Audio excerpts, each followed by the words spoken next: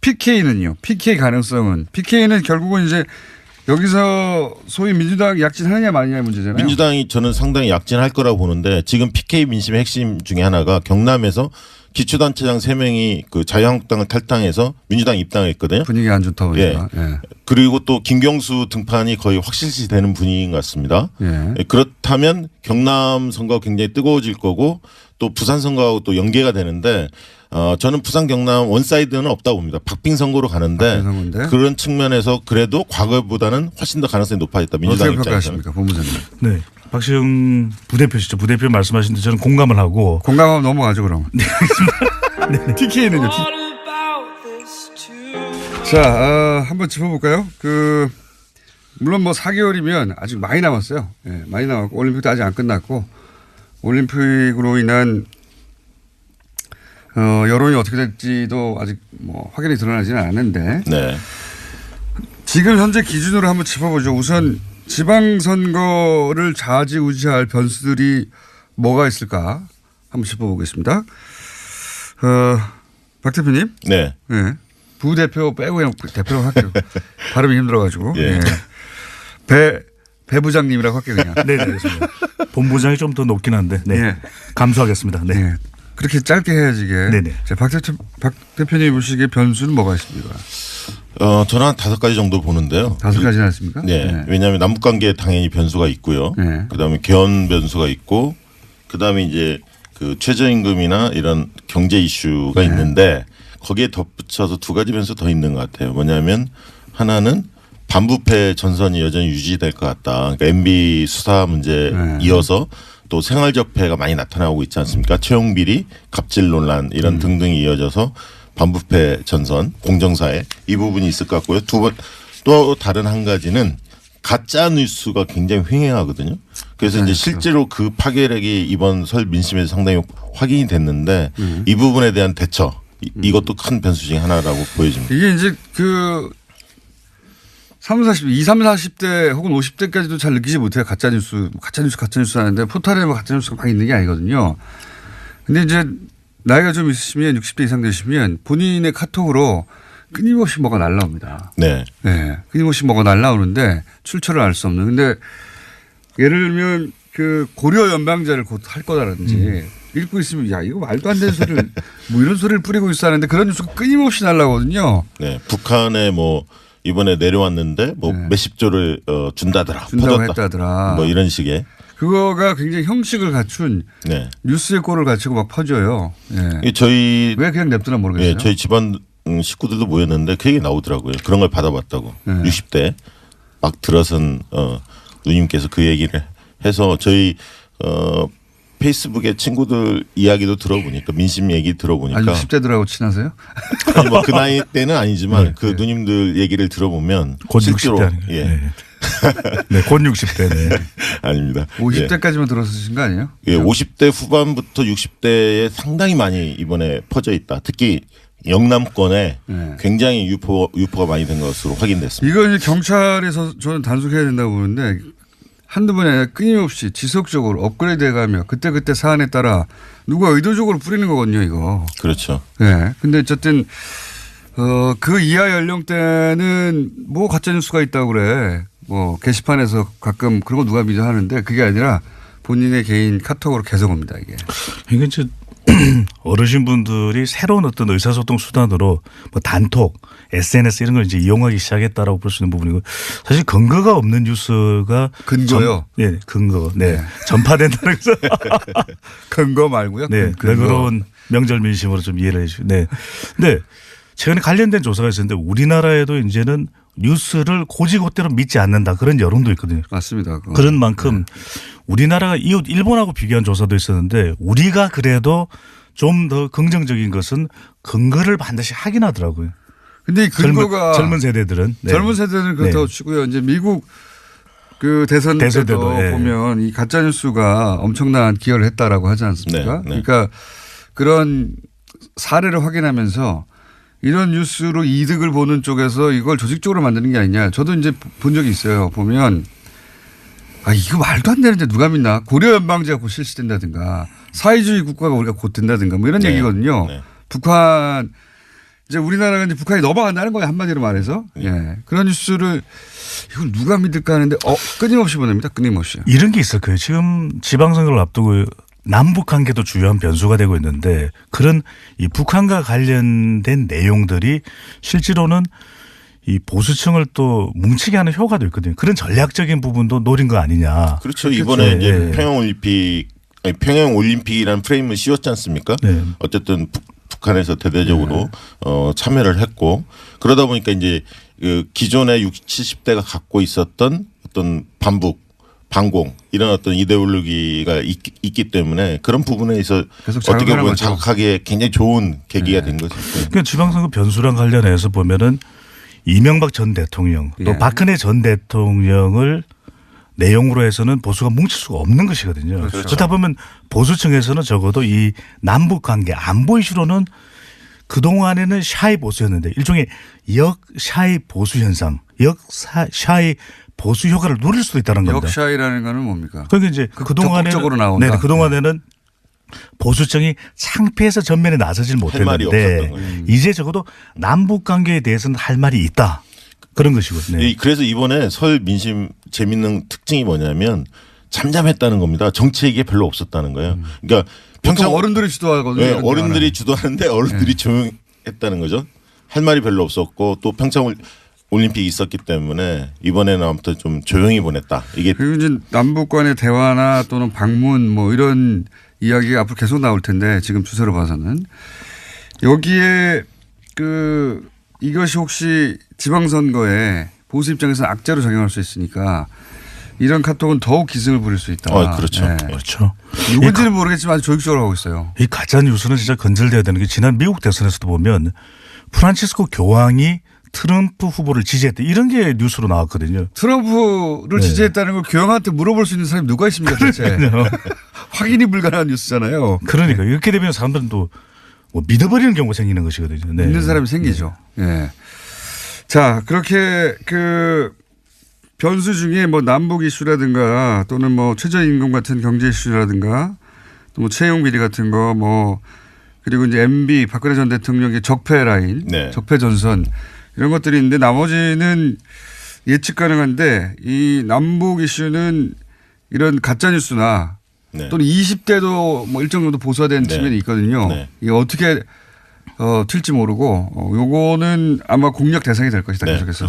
그런데 남북 관계가 지방선거의 결정적 이슈가 될 수 있냐면은 이 부분에 대해서는 조금 의견을 달리하는 것이 그렇군요. 또 대통령의 남북 관련 정책에 대해서는 잘한다는 그런 여론조사 결과가 나오거든요. 그러니까 특정 이슈에 대해서는 보수층이 뭉칠 수 있는 계기, 발판이 될 수 있겠지만 전반적으로는 어느 한쪽으로만 이념적으로 쏠려서 가지는 않을 가능성이 크기 때문에 남북 관계가 중요한 변수임에는 틀림없지만 결정적 원샷이 되기는 아직까지는 좀 시기상조가 아닌가라는 그럼 여론조사 분석이 가능한데 변수는 뭡니까?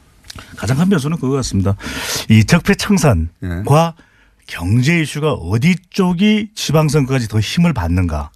그럼에도 불구하고 이 뭐 적폐청산 필요감 이런 이야기가 나옴에도 불구하고 여전히 적폐청산 과제가 필요하다라고 국민들은 공감하고 있는 것이거든요. 아직 필요감 못 느껴요. 저는. 그럼요. 네. 또 이제 MB가 살려줬죠 다시. 경제 이슈와 관련해서는 물론 이것이 중요한 이슈가 되기는 하지만 그렇다고 해서 이것만 가지고서 지방선거의 후보자를 선택하지는 않기 때문에 저는 적폐청산 모드와 경제 이슈 이 경쟁하는 구조가 될 걸로 이번에 그 개헌과 관련해서 개헌은 이슈로 이게 등장할 가능성이 상당히 큽니다. 3월 20일쯤 이제 대통령이 개헌안 발의 할 예정이고요. 그리고 이제 한나라당도 자체적으로 자유한국당도 개헌안 발표하겠다. 개헌을 하자는 게 지금 다수 의견인데 보면 한 6대4 정도로. 네, 그렇습니다. 그런데 이게 지금 재밌는 부분이 뭐냐면 재미없기만 해봐요. 시간 다 돼가는. 지방 분권이 가장 그 핵심으로 떠오를 가능성이 크다는 거예요. 기본권은 서로 재밌어지는 거예요 지금? 아니 기본권은 기본이고 지방 분권이 왜 중요하냐면 지방 선거에 있어서 지방을 살리려는 세력 대 그렇지 않은 세력과의 이 대결 구도가 형성될 가능성이 상당히 크다는 거죠. 이거 정말 재밌는데요. 네. 코너가 살기 위해서 서로 재밌어 해주는 말도 안 되는 소리들. 여론조사를 보면 개헌에 대한 시각이 분명해지는 것이 필요하다고 생각합니다. 국민들도. 그렇죠. 문제는 이것이 시급하냐. 다른 게 더 급한데 또 개헌의 내용을 또 정확하게는 모르는 것이 또 국민이거든요. 그렇죠. 그리고 또 일부 여론조사 보면 보기 문항에 문제가 있어요. 뭐 무리해서 개헌할 필요가 없다. 무리라는 표현을 쓰거든요. 이번 지방선거 때 그거는 같이 이제 하는 보수 쪽에서 의뢰한 약간 그런 어떤 문항들이 있는 여론조사도 봤는데 그건 좀 문제가 있죠. 예, 네. 무리해서 좋은 게 아무것도 없거든요. 그렇죠. 이 세상에. 네. 예. 좀 무리하신 것 같아요. 말도 안 되는 개그를 막 던지시고. 네. 절박감이 느껴집니다. 코너가 살아야 한다는. 그러니까요. 네. 자, 여기까지 하고 앞으로 이제 두 분 코너가 재밌으면 계속 나오실 거니까요. 자, 이 구체적으로 들어가 볼게요. 지금 시간이 5분밖에 안 남아가지고 1분 이내로 딱딱딱 짚어야 됩니다. 네. 자, 제일 큰 지역 서울. 서울은 뭡니까? 관전 포인트가. 안철수가 등판하느냐 안 하느냐 네. 이게 가장 큰 등판한다면 한다고 봅니다. 저는. 한다면 한다면 정치 전선이 강화되는 거죠. 정치 싸움이 큰 판으로 벌어집니다. 그래서 안철수 대표가 한다 안 한다가 큰 이슈라고 하면 네. 하면 결과는 어떻게 하겠어요? 결과는 안철수가 당연히 지는데 문제는 어떻게 지느냐. 민주당의 변수가 생긴다는 거죠. 왜냐하면 박원순과 안철수의 효과가 강화될 수도 있고요.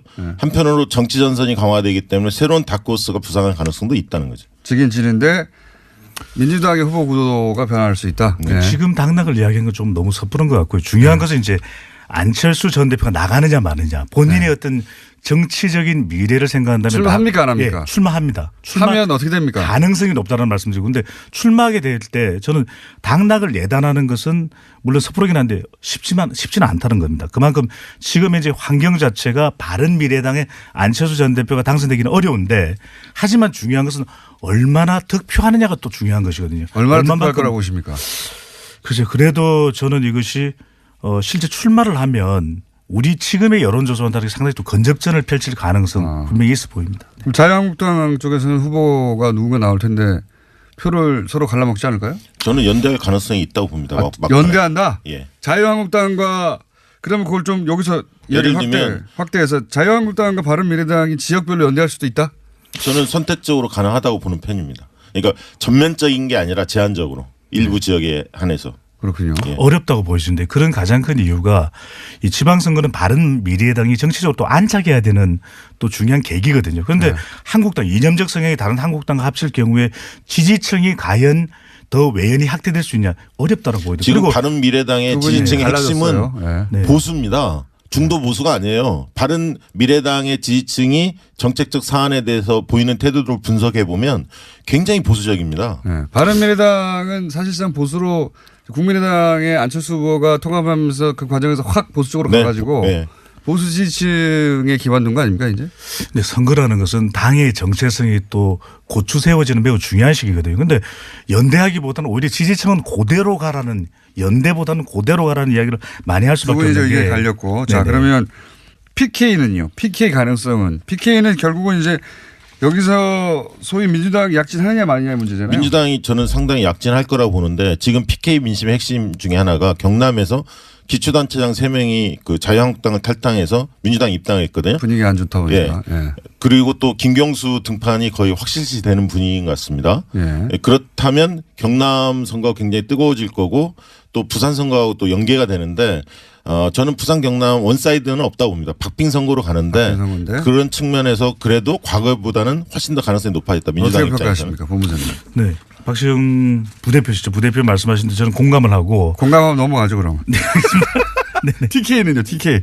공감 안 하는 부분이 TK는 김부겸 장관이 그 대구시장에 출마 안 할 것으로 거의 알려지고 있는데요. 그런 측면에서는 과거보다는 약진은 하겠지만 결국 자유한국당이 석권을 하리라고 봅니다. 어떻게 보십니까? 저도 이제 공감하고 넘어가고요. 네, 넘어가겠습니다. 네. 자, 호남이요. 호남. 호남 어떻습니까? 호남은 민주당, 민평당, 뭐 바른미래당까지 있는데 바른미래당이 3파전의 한 축이 될까는 싶고 민주당, 민평당의 양강구도 아닙니까 사실? 그렇죠. 네. 그렇게 봐야 하는데요.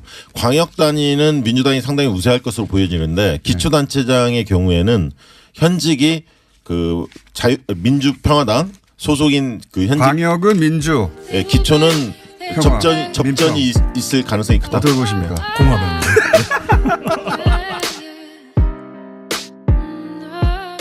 네. 보면 이 가짜 뉴스가 엄청난 기여를 했다라고 하지 않습니까? 네, 네. 그러니까 그런 사례를 확인하면서 이런 뉴스로 이득을 보는 쪽에서 이걸 조직적으로 만드는 게 아니냐. 저도 이제 본 적이 있어요. 보면 아 이거 말도 안 되는데 누가 믿나? 고려 연방제가 곧 실시된다든가 사회주의 국가가 우리가 곧 된다든가 뭐 이런 네. 얘기거든요. 네. 북한 이제 우리나라가 이제 북한이 넘어간다는 거예요 한마디로 말해서. 예. 그런 뉴스를 이걸 누가 믿을까 하는데 끊임없이 보냅니다. 끊임없이. 이런 게 있어요. 지금 지방선거를 앞두고 남북 관계도 주요한 변수가 되고 있는데 그런 이 북한과 관련된 내용들이 실제로는 이 보수층을 또 뭉치게 하는 효과도 있거든요. 그런 전략적인 부분도 노린 거 아니냐. 그렇죠. 이번에 그렇죠. 이제 예. 평양올림픽이라는 프레임을 씌웠지 않습니까? 네. 어쨌든 북한에서 대대적으로 참여를 했고 그러다 보니까 이제 그 기존의 60, 70대가 갖고 있었던 어떤 반공 이런 어떤 이데올로기가 있기 때문에 그런 부분에 있어 어떻게 보면 거죠. 자극하기에 굉장히 좋은 계기가 된 거죠. 그러니까 지방 PK는요. PK 가능성은 PK는 결국은 이제 여기서 소위 민주당 약진하느냐 마느냐의 문제잖아요. 민주당이 저는 상당히 약진할 거라고 보는데 지금 PK 민심의 핵심 중에 하나가 경남에서 기초단체장 3명이 그 자유한국당을 탈당해서 민주당 입당했거든요. 분위기 안 좋다 보니까. 예. 예. 그리고 또 김경수 등판이 거의 확실시되는 분위기인 것 같습니다. 예. 그렇다면 경남 선거가 굉장히 뜨거워질 거고 또 부산 선거하고 또 연계가 되는데 저는 부산 경남 원사이드는 없다고 봅니다. 박빙 선거로 가는데 그런 측면에서 그래도 과거보다는 훨씬 더 가능성이 높아졌다. 민주당 어떻게 입장에서는. 평가하십니까? 본부장님. 네. 박시영 부대표시죠. 부대표 말씀하신 데 저는 공감을 하고. 공감하면 넘어가죠 그럼. 네. TK는요. 자, 한번 짚어볼까요? 물론 뭐 4개월이면 아직 많이 남았어요. 예, 많이 남았고 올림픽도 아직 안 끝났고 올림픽으로 인한 여론이 어떻게 될지도 아직 뭐 확연히 드러나지는 않았는데 네. 지금 현재 기준으로 한번 짚어보죠. 우선 지방선거를 좌지우지할 변수들이 뭐가 있을까 한번 짚어보겠습니다. 박 대표님. 네. 네.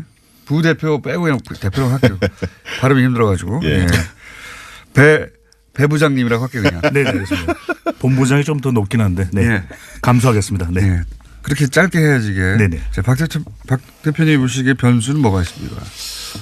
저는 한 5가지 정도 보는데요. 5가지나 있습니까? 네. 네. 왜냐하면 남북관계에 당연히 변수가 있고요. 네. 그다음에 개헌 변수가 있고 그다음에 이제 그 최저임금이나 이런 경제 이슈가 네. 있는데 거기에 덧붙여서 2가지 변수 더 있는 것 같아요. 뭐냐면 하나는 반부패 전선이 여전히 유지될 것 같다. 그러니까 MB 수사 문제 네. 이어서 또 생활적폐가 많이 나타나고 있지 않습니까? 채용비리, 갑질 논란 이런 등등이 이어져서 반부패 전선, 공정사회 이 부분이 있을 것 같고요.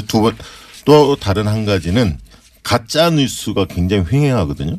그래서 이제 실제로 그 파괴력이 이번 설 민심에서 상당히 확인이 됐는데 이 부분에 대한 대처 이것도 큰 변수 중에 하나라고 보여집니다. 이게 이제 20, 40대 혹은 50대까지도 잘 느끼지 못해요. 가짜뉴스 하는데 포털에 뭐 가짜뉴스가 막 있는 게 아니거든요. 근데 이제 나이가 좀 있으시면 60대 이상 되시면 본인의 카톡으로 끊임없이 뭐가 날라옵니다. 네. 네. 끊임없이 뭐가 날라오는데 출처를 알 수 없는. 근데 예를 들면 고려 연방제를 곧 할 거다라든지 읽고 있으면 야 이거 말도 안 되는 소리를 뭐 이런 소리를 뿌리고 있어 하는데 그런 뉴스가 끊임없이 날라오거든요. 네. 북한에 뭐 이번에 내려왔는데 뭐 몇십 조를 준다고 했다더라. 뭐 이런 식의. 그거가 굉장히 형식을 갖춘 네. 뉴스의 꼴을 갖추고 막 퍼져요. 네. 저희 왜 그냥 냅두나 모르겠어요. 네, 저희 집안 식구들도 모였는데 그 얘기 나오더라고요. 그런 걸 받아봤다고. 네. 60대 막 들어선 누님께서 그 얘기를 해서 저희 페이스북에 친구들 이야기도 들어보니까 민심 얘기 들어보니까 아니 60대들하고 친하세요? 아니 뭐 그 나이 때는 아니지만 네. 그 누님들 얘기를 들어보면 곧 실제로 60대 예. 네. 네, 곧 60대. 네. 아닙니다. 50대까지만 들어서신 거 아니에요? 예, 50대 후반부터 60대에 상당히 많이 이번에 퍼져 있다. 특히 영남권에 네. 굉장히 유포가 많이 된 것으로 확인됐습니다. 이거 이제 경찰에서 저는 단속해야 된다고 보는데 한두 번이 아니라 끊임없이 지속적으로 업그레이드 해가며 그때그때 사안에 따라 누가 의도적으로 뿌리는 거거든요, 이거. 그렇죠. 네. 근데 어쨌든, 그 이하 연령대는 뭐 가짜뉴스가 있다고 그래. 뭐 게시판에서 가끔 그런 거 누가 믿어 하는데 그게 아니라 본인의 개인 카톡으로 계속 옵니다, 이게. 이게 이제 어르신분들이 새로운 어떤 의사소통 수단으로 뭐 단톡, SNS 이런 걸 이제 이용하기 시작했다라고 볼 수 있는 부분이고 사실 근거가 없는 뉴스가 근거요. 네, 근거. 네. 전파된다는 것은 근거 말고요. 네. 그런 명절 민심으로 좀 이해를 해 주시고. 네. 근데 최근에 관련된 조사가 있었는데 우리나라에도 이제는 뉴스를 고지고대로 믿지 않는다 그런 여론도 있거든요. 맞습니다. 그건. 그런 만큼 우리나라가 이웃 일본하고 비교한 조사도 있었는데 우리가 그래도 좀 더 긍정적인 것은 근거를 반드시 확인하더라고요. 근데 이 근거가 젊은 세대들은 젊은 세대는 그렇다고 치고요. 이제 미국 그 대선